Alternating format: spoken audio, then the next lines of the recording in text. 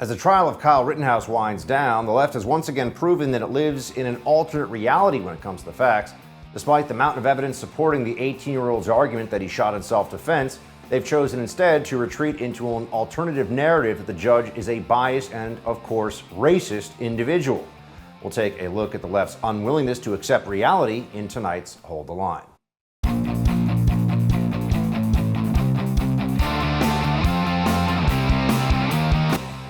Welcome to Hold the Line. I'm Buck Sexton. It has been a strong week for the Rittenhouse defense. That much is clear. They have video on their side. They have Kyle Rittenhouse, in what was a surprise to many, taking the stand in his own defense. And here we have a situation where people who have been watching and seeing these facts unfold feel like they're very strongly in favor of a self-defense explanation from Rittenhouse for why he shot and killed two and wounded a third individuals who were attacking him during riots in Kenosha. But this may be a surprise to a lot of people out there because they might have heard, for example, Joe Biden, the president of the United States, at the time a candidate, defaming Kyle Rittenhouse by saying that he was a white supremacist. Rittenhouse's mother was on TV last night on Sean Hannity's show on Fox News. Here's what she said. When the then candidate, now president of the United States, and other elected officials that don't know anything about your son refer to him as a white supremacist, I have yet to see any evidence whatsoever that he is such a person. And when prominent people say that, how did that impact you, and how did it impact him? When I saw that, I wasn't shocked. I was angry. President Biden don't know my son whatsoever, and he's not a white supremacist. He's not a racist. And he did that for the votes, and I was so angry for a while at him. And what he did to my son, he defamed him. So why would Joe Biden, who was running to be president and now is president, why would he say something as reckless and unfounded as young Kyle Rittenhouse was a white supremacist? There was no evidence for that whatsoever. Oh, is it just because he went against the narrative, that he was willing to defend a community in the face of BLM riots that, we should note, included a lot of rioters from all different backgrounds and ethnicities, and there were a lot of folks who were taking part in the destruction of Kenosha, Wisconsin, from outside of even Wisconsin as a state. So what makes anyone think that this is an issue of white supremacy? Well, you see, the left is losing on the facts, so they have to change the conversation to an area where they feel more comfortable. And what happens when the left loses on the facts? They say, oh, everything is racist. That's what it turns into. And now also the judge is the problem, you see. The judge in this case is somebody who we shouldn't trust because he has been terse at various times with the prosecution. Here is CNN's own Don Lemon explaining that, the judge means that this trial should be a mistrial. He's ridiculous. His antics are absolutely ridiculous. And today, Chris, saying that someone who writes for a biased publication that has been favorable to Kyle Rittenhouse and that has spoken out against Black Lives Matter, that should not be brought in so that the jurors can't make up their own minds about what is biased and what is not, and what is relevant and what is not, I think for me, I don't think it works that way legally. That's cause for a mistrial. That's cause for a mistrial, apparently. Yeah, not so much. But anyway, this is what happens when you have Don Lemon weighing in on a trial where, what are they going to tell the audience? That the video evidence very clearly shows that Kyle Rittenhouse was defending himself? Here's another legal analyst on MSNBC, Elie Mystal, telling everybody that this is what I was referring to before, actually, or this notion. The judge is biased and racist and all that stuff. Here you go. You see what I'm saying? When you put the 1 and 1 together, you end up with 2. When you put 1 plus 1 plus 1 plus 1 plus 1 together, you end up with 5. And that's what Schrader is. He has made a series of decisions. Each one perhaps may be individually defensible, but in totality, lead to the impression of a biased, racist judge with his Trump rally cell phone that is trying to get Rittenhouse a walk. A biased and racist judge. What is the basis for saying that the judge is biased and racist? Because the left isn't getting the outcome they want. They want Kyle Rittenhouse to spend the rest of his life in prison, by the way. He has been overcharged on top of everything else. And if he were found guilty on the top count of first-degree intentional homicide, he would spend a mandatory life sentence in prison. They think that that would be justice, obviously, and they're concerned that they won't get it. Even though the facts of the case do not support it, they want it anyway. You see, what this really comes down to is the left doesn't like Kyle Rittenhouse.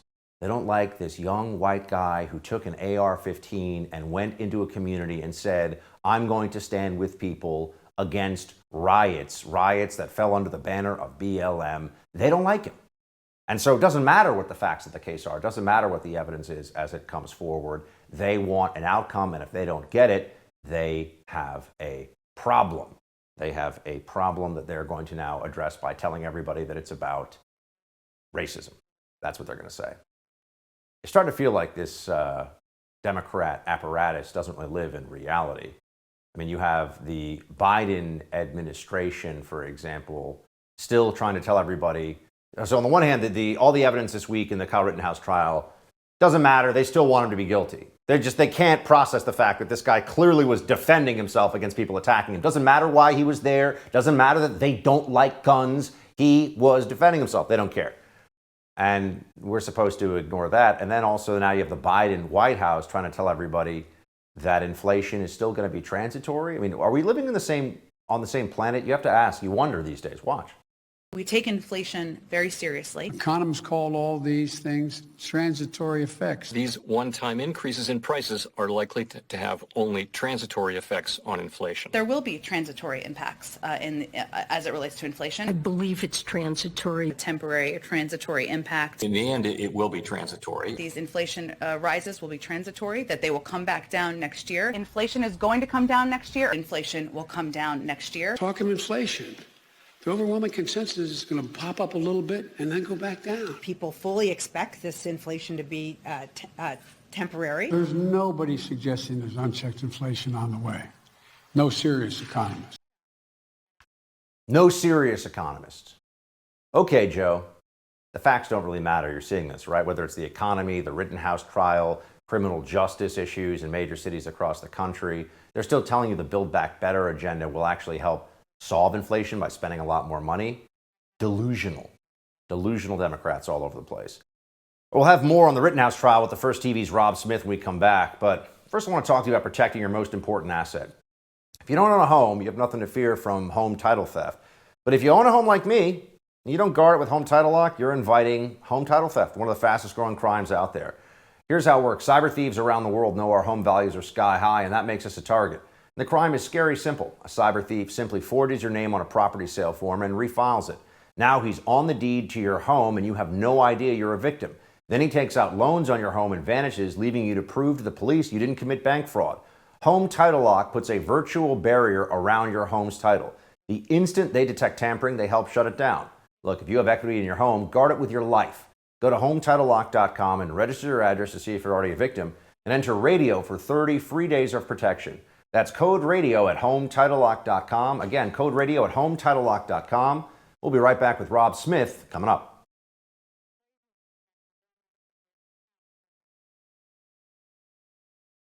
This week, the media and the Democrats quickly realized they were wrong about Kyle Rittenhouse.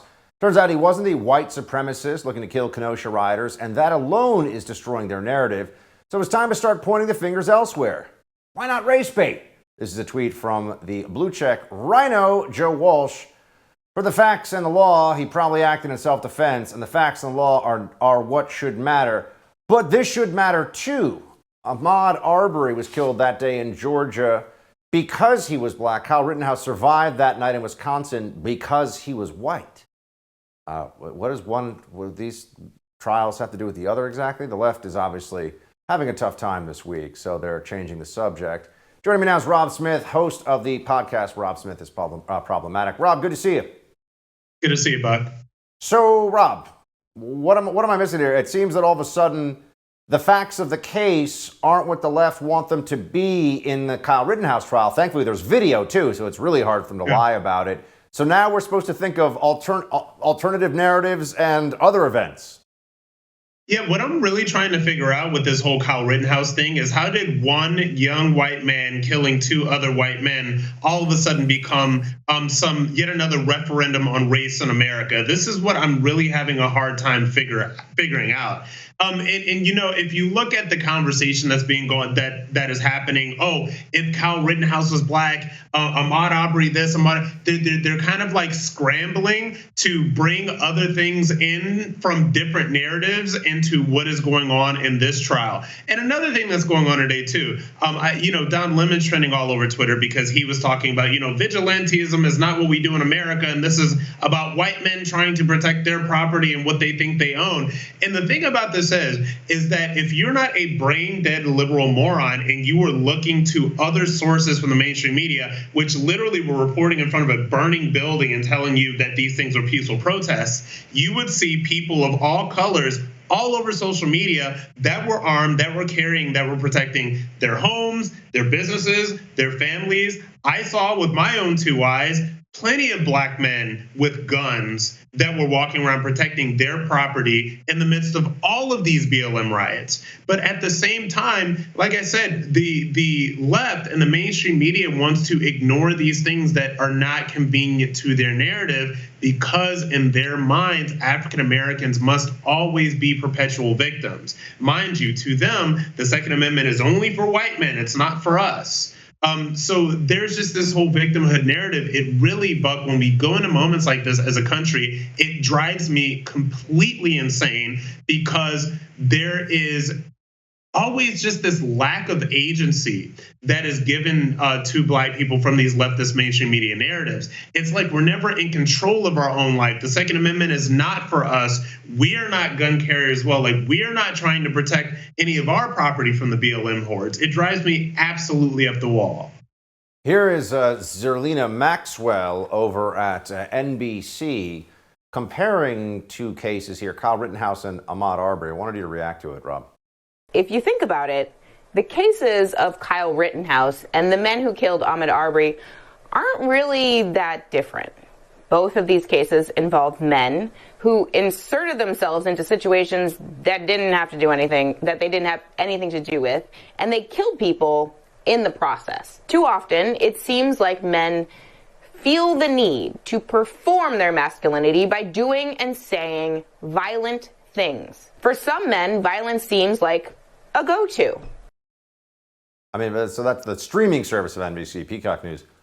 What is? I don't even know really. What is she saying? Help me out with this. I don't know. Look, great hair, cute glasses, completely brain dead. Lots of liberal word soup, mumbo jumbo. At this point, Buck, when we watch these people do the thing, it's almost as if we're living in two different worlds right now. There is the world of mainstream media narrative, and then there's the world of the actual truth. And the actual truth is what we all should be trying to get to, which we should all be trying to at least wait for facts to come out before we reach to a conclusion, regardless of the color of our skin. And this is the thing that really it drives me nuts when we go into these media moments, because it's almost as if these lines are drawn. If you are somebody that is on the left, you are allowed to think of this Kyle Rittenhouse case in one way. And if you are somebody that is on the right, you are only allowed to think of it in this other way.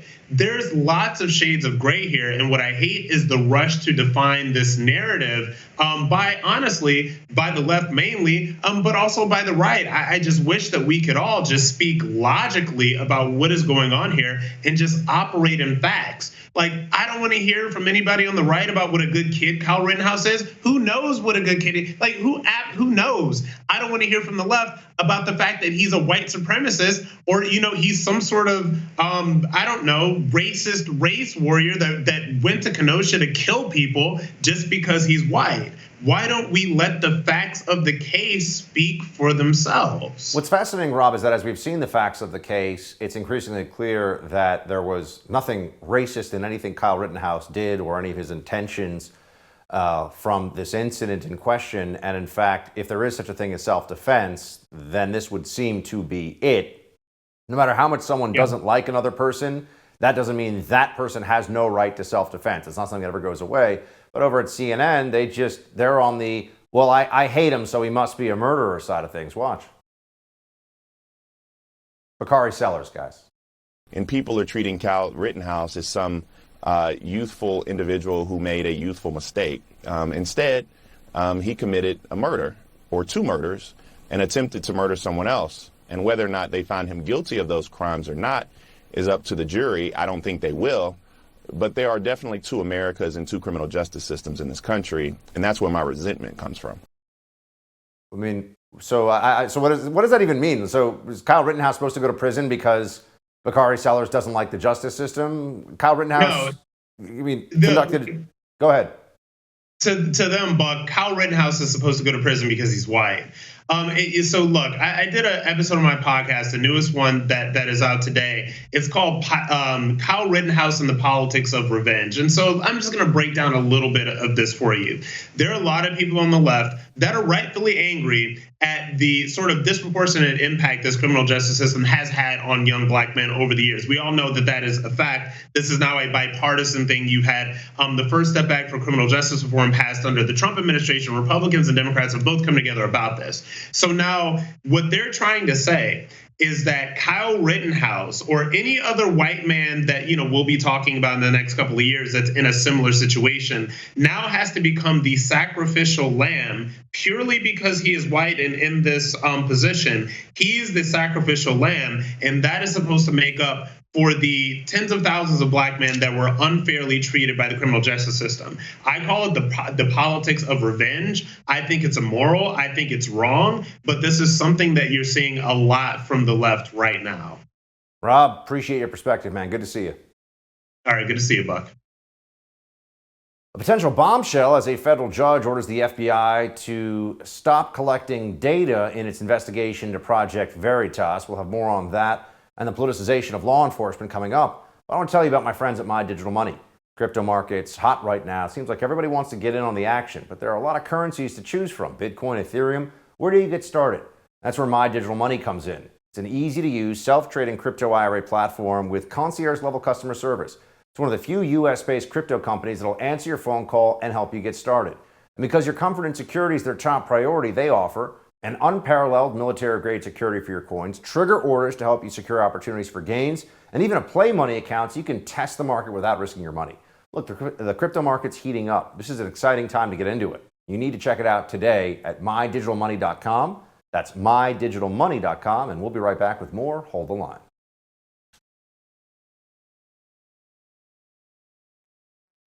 By making this statement, I am putting myself at great risk because on November 4th, Project VERITAS came under attack. I awoke to the news that apartments and homes of Project VERITAS journalists, or former journalists, had been raided by FBI agents.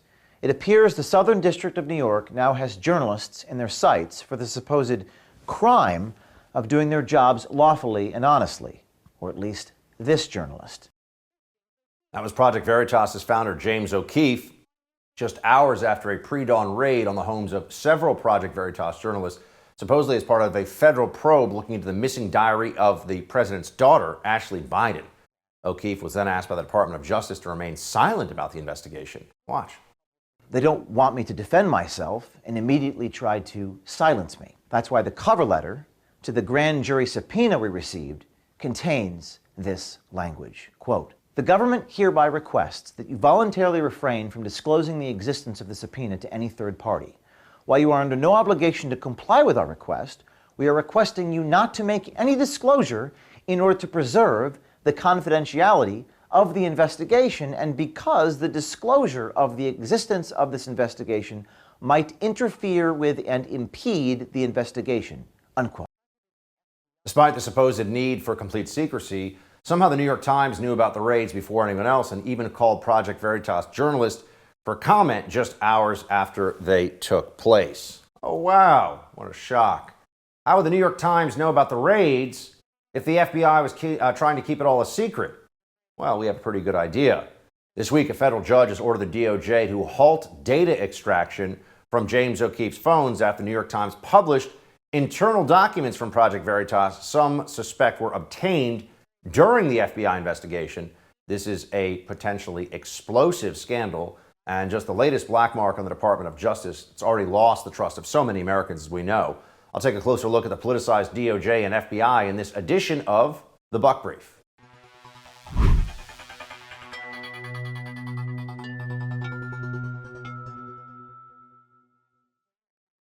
So why is it that the DOJ keeps on doing things that you would expect it to do if it were acting at the behest of left-wing activists? We know that the left hates James O'Keefe and Project Veritas, for example, and so all the very strange behaviors around this FBI raid and the New York Times having access to this information makes it all feel like a coordinated hit, not just from the journo perspective, but from inside the very mechanism of the federal Justice Department itself. What exactly is going on here? Plus, as we all know, recently we had the Attorney General Merrick Garland put out a letter that referred to a need to bring law enforcement together to try to deal with the rising threat of parents who are upset about the teaching of critical race theory in schools. What the heck was that all about? Why would Attorney General Merrick Garland seemingly threaten people for expressing their First Amendment rights and pretend as though they are some kind of insurrectionist, terrorist mom rebellion? Well, here's another Fox News headline. The NSBA coordinated with the White House and the DOJ before that notorious domestic terrorist letters email. Essentially, this activist group of teachers' unions came together and decided that they were going to push the White House and the DOJ to put out this letter because, you see, the teachers' unions and the whole education apparatus is a province of the left. They don't want anyone challenging that. Democrat politicians rely on the donations from teachers' unions and the political muscle, the actual vote machinery of these unions to get them elected.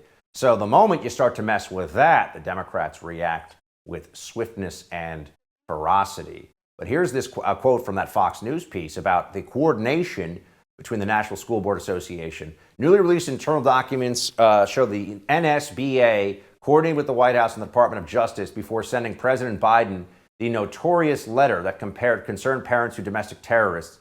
Emails provided to Fox News show that NSBA had coordinated with the White House for weeks beforehand. So the White House was essentially using the DOJ as the thug enforcement arm of the teachers or the National School Board Association. Same idea. It's not really a teachers union. It's an association of the various school boards out there. It's an activist group.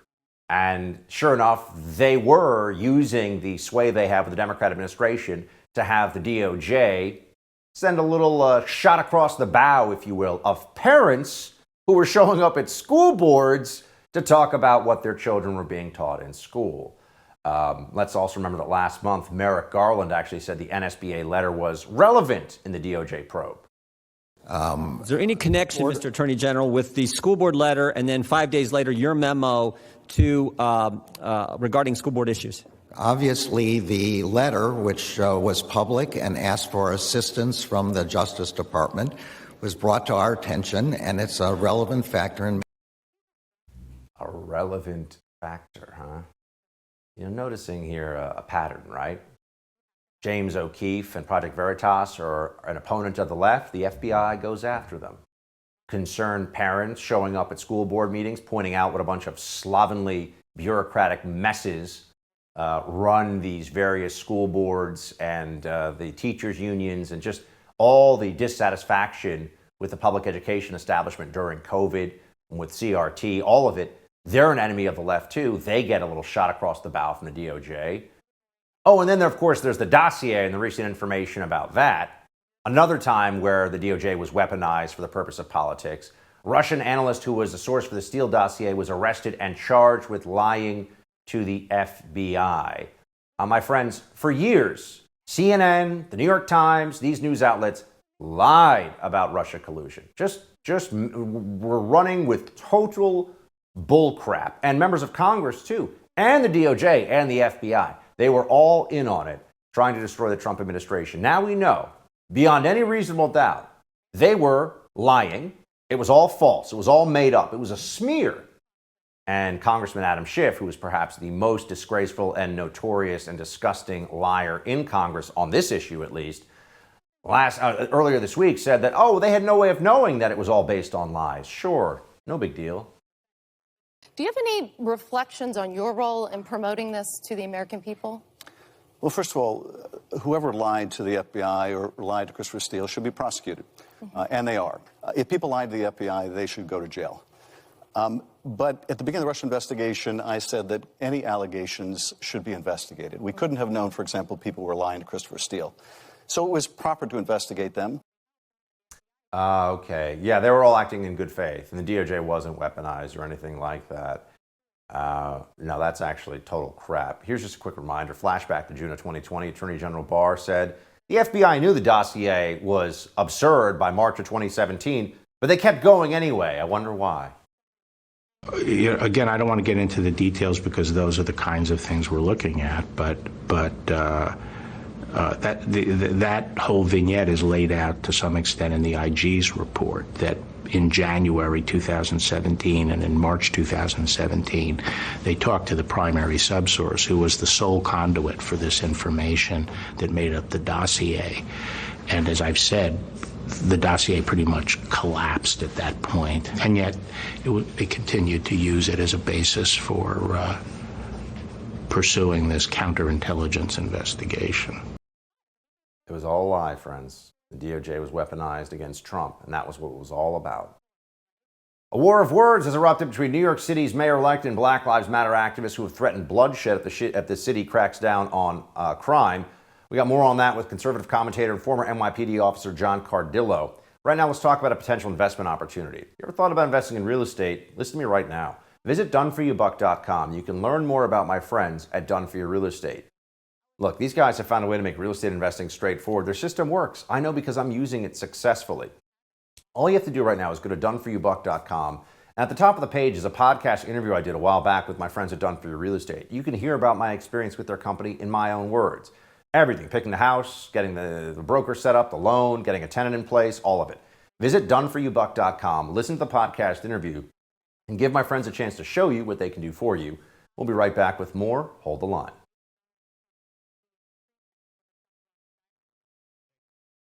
If they think that they're going to go back to the old ways of policing, then we're going to take to the streets again. There will be riots, there will be fire, and there will be bloodshed. Stern warning for blood in the streets from a Black Lives Matter activist made to New York City's soon-to-be mayor Eric Adams. But the former police captain, who will take over the position of mayor on January 1st, is refusing to back down in the face of these threats, saying riots and bloodshed will not happen in his city. Listen. New Yorkers should not allow rhetoric like that. This city is not going to be a city of riots. It's not going to be a city of burning. This is going to be a city where we're going to be safe. We're going to have effective policing that's not heavy-handed. Here now with reaction, former NYPD officer and conservative commentator John Cardillo. John, good to see you. First off, I mean, the BLM leader is pretty outrageous, straight up saying we're going to take to the streets and burn stuff down if you try more effective policing?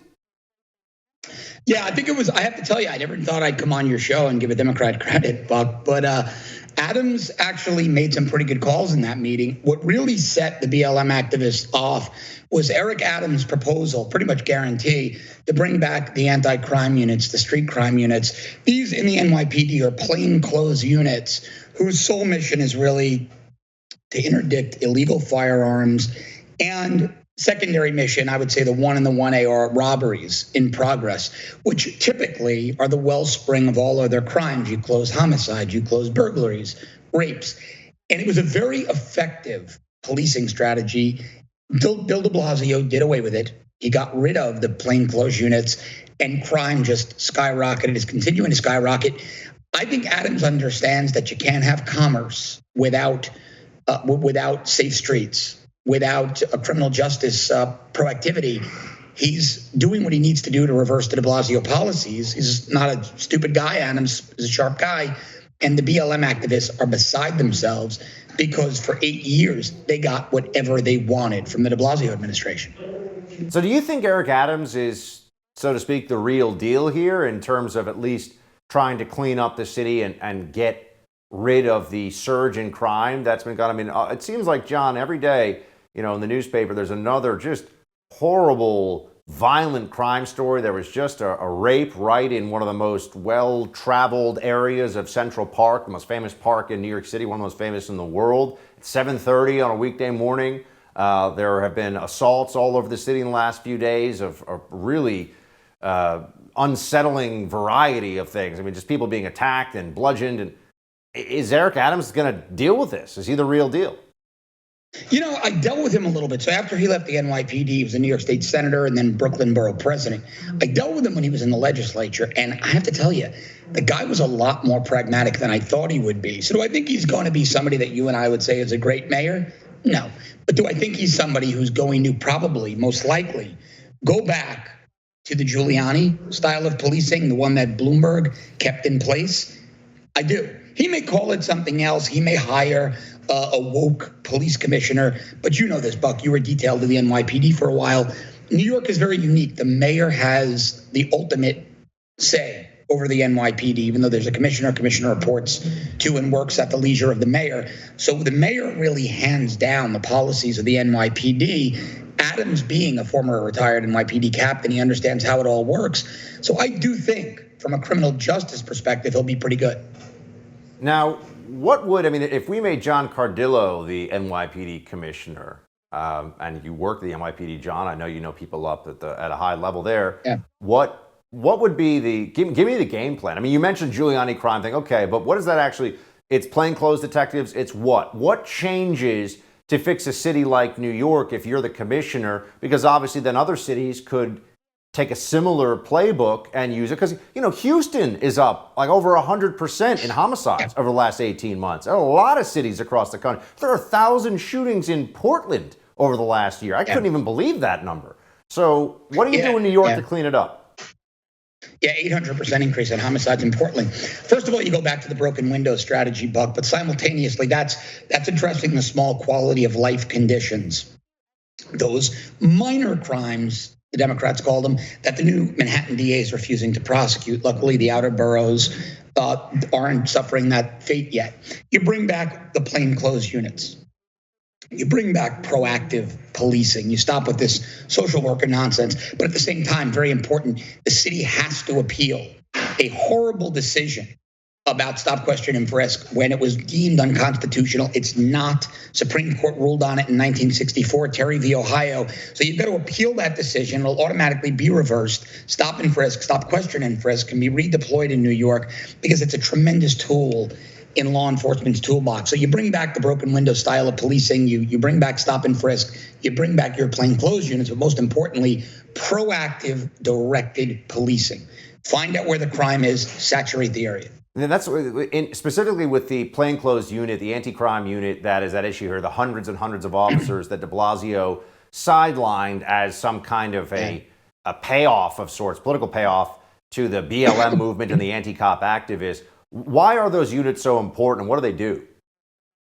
Really, they have one mission. They don't answer radio calls. They don't go to the scene of a car accident or a past burglary.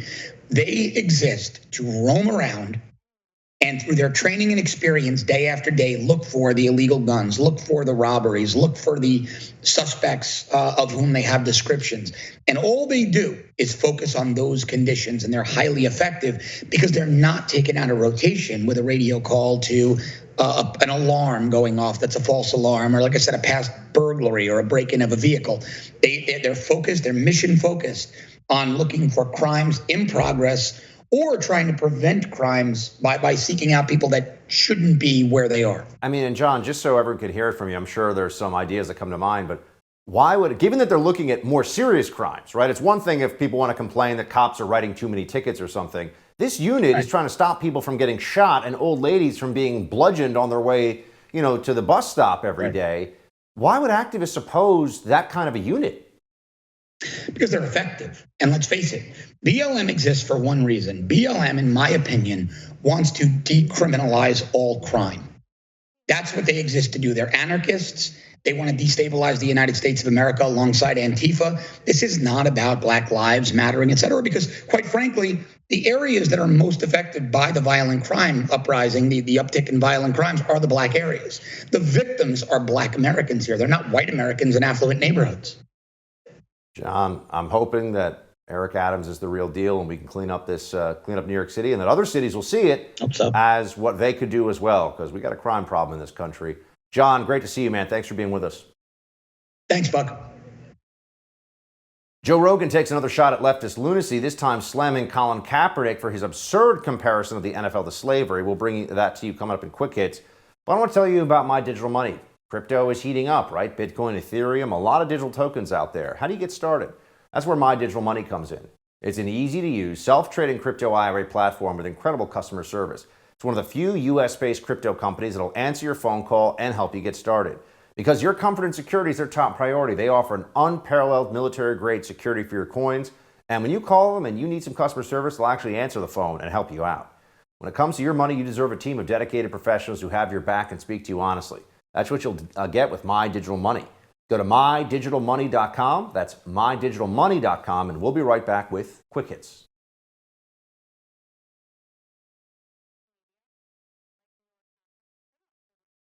Apparently in Canada, some think that vaccinated people are more heroic than fallen soldiers, and one Old Dominion University professor is publicly defending pedophilia. Oh my God. Time for Quick Hits. First off, we've got Old Dominion University has a professor here who's trying to normalize a term that I have just learned today with this news story. Minor attracted persons, he's saying. It's less stigmatizing than words like pedophile. Here is this professor making the case. I use the term minor attracted person or MAP in the title and throughout the book for multiple reasons. First of all, because I think it's important to use terminology for groups that members of that group want others to use for them. They've advocated for it primarily because it's less stigmatizing than other terms like pedophile. A lot of people, when they hear the term pedophile, they automatically assume that it means a sex offender. And that isn't true, and it leads to a lot of misconceptions about attractions toward minors. The use of the term minor attracted person suggests that it's okay to be attracted to children. It's not okay at all. But here we have the left, once again, trying to make things that are clearly immoral and wrong and dangerous to society seem less so through changes in language. That's pretty grotesque stuff. All right, a war memorial in British Columbia was defaced with this. I mean, you got to remember the war memorial for people that actually fought in wars, died in wars. And up in Canada, there were people writing graffiti that says the following: the real heroes are the vaccinated. Yeah, oh, sure. If you get vaccinated, you're a big hero. Sure you are. That's, it's so stupid these days. I don't know what's wrong with all the little Fauciites running around thinking that they've got all this stuff figured out. We also know that professional athletes are getting very involved in discussions around a whole range of issues, certainly on COVID and COVID policy recently, because you have people like Kyrie Irving in the NBA who don't want to get the shot. Aaron Rodgers recently came under a lot of criticism because he got COVID and he had said that he was immunized, and people took that as dishonest because he should have said it was in response to, are you vaccinated?